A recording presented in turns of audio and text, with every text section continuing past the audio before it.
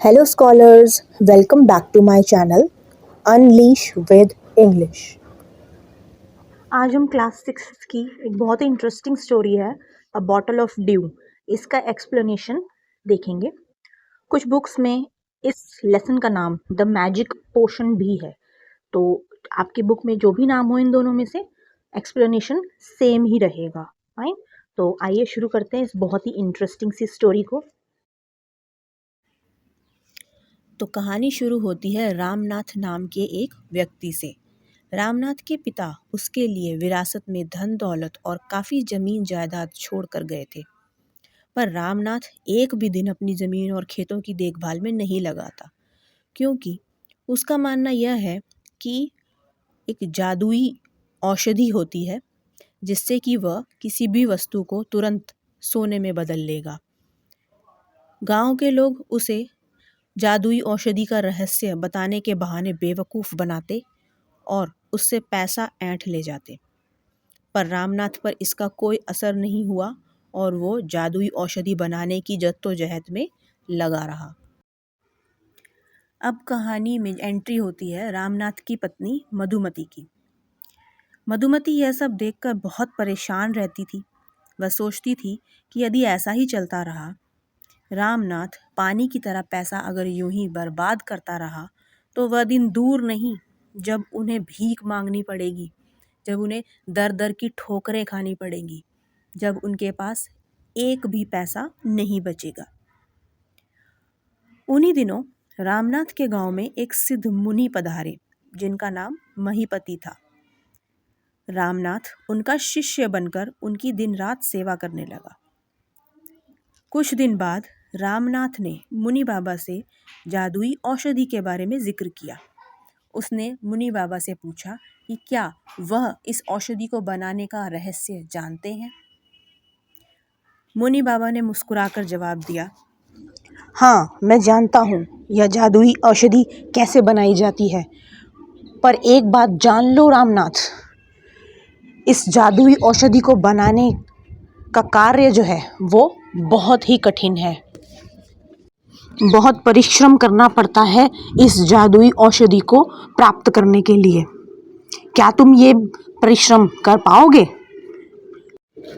रामनाथ दृढ़ होकर जवाब देता है, जी मुनि बाबा, अगर आप मुझे ये रहस्य बता दें तो मैं किसी भी तरह का परिश्रम करने के लिए बिल्कुल तैयार हूँ। रामनाथ के विनती करने पर मुनि बाबा कहते हैं कि सुनो, तुम्हें एक केले का पेड़ लगाना होगा और खुद अपने हाथों से उसे पानी देना होगा। पेड़ के पत्तों पर जमी ओस की बूंदों को स्वयं इकट्ठा करना होगा जब तक 5 लीटर की एक बोतल भर ना जाए। इसके बाद वो बोतल तुम मेरे पास लेकर आना। मैं उस पर अपने सिद्ध मंत्रों का जाप करके उसे जादुई औषधि में बदल दूंगा। यह सुनकर रामनाथ को बड़ा अचरज हुआ। उसने कहा, बाबा, केले के पेड़ के पत्तों से ओस की बूंदें इकट्ठा करते करते तो मेरा सारा जीवन ही बीत जाएगा। मैं कब और कैसे 5 लीटर ओस की बूंदें इकट्ठा कर पाऊंगा? अगर आप किसी और पोएम का या यह सुनकर बाबा मुस्कुराते हुए बोले कि बेटा, तुम चाहे जितने भी केले के पेड़ लगा लो, उससे मुझे कोई आपत्ति नहीं है। बस शर्त ये है कि केले के पेड़ के पत्तों से ही तुम्हें ओस की बूंदें जमा करनी है, और जब तुम्हारे पास 5 लीटर ओस की बूंदें जमा हो जाएं, तब तुम उन्हें मेरे पास ले आना।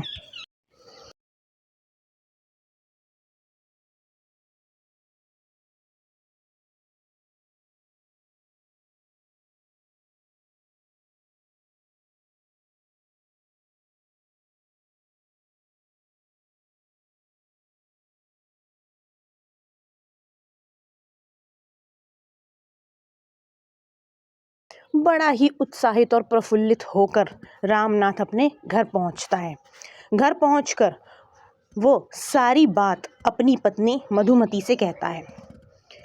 रामनाथ की पूरी बात सुनकर मधुमती भी रामनाथ का साथ देने को राजी हो जाती है। अगले ही दिन से रामनाथ अपने खेतों की साफ सफाई करता है और केले के पौधे रोप देता है। वह अपने खेत खलियान का खूब ध्यान रखता है, वक्त पर खाद और पानी डालता है और रोज़ केले के पत्तों से ओस की बूंदें इकट्ठा करता है। ऐसा करते करते 6 साल बीत जाते हैं और आखिरकार 5 लीटर ओस की बूंदें इकट्ठा हो जाती हैं। बहुत ही खुश होकर रामनाथ बोतल लेकर मुनि बाबा के पास जा पहुंचता है। परंतु मुनि बाबा कहते हैं कि अब तो इतना समय बीत चुका है उन्हें हिमालय से आए हुए कि अब वे अपने सारे मंत्र और सारी विद्या भूल चुके हैं। यह सुनते ही रामनाथ अपना सिर पीटकर चीखने चिल्लाने लगता है। वो मुनि बाबा को मक्कार, धोखेबाज और न जाने क्या क्या कहने लगता है। तभी मधुमती वहाँ आती है, हाथ में एक बक्सा लिए हुए। जब रामनाथ उस बक्से को खोलकर देखता है तो भौचक्का रह जाता है। उस बक्से में सोने के सिक्के ही सिक्के थे। रामनाथ को इतना आश्चर्यचकित देखकर मुनि बाबा बताते हैं कि रामनाथ, जब तुम अपने खेतों की देखभाल में व्यस्त थे और मात्र ओस की बूंदें इकट्ठा करने में लगे थे, उस वक्त मधुमती सारे फल बाजार में बेचती, जिससे काफ़ी लाभ होता। असल में रामनाथ की मेहनत का पसीना ही वो मैजिक पोशन था जिसका रहस्य जानने के लिए रामनाथ ने न जाने कितने कष्ट उठाए और कितने लोगों से धोखा खाया।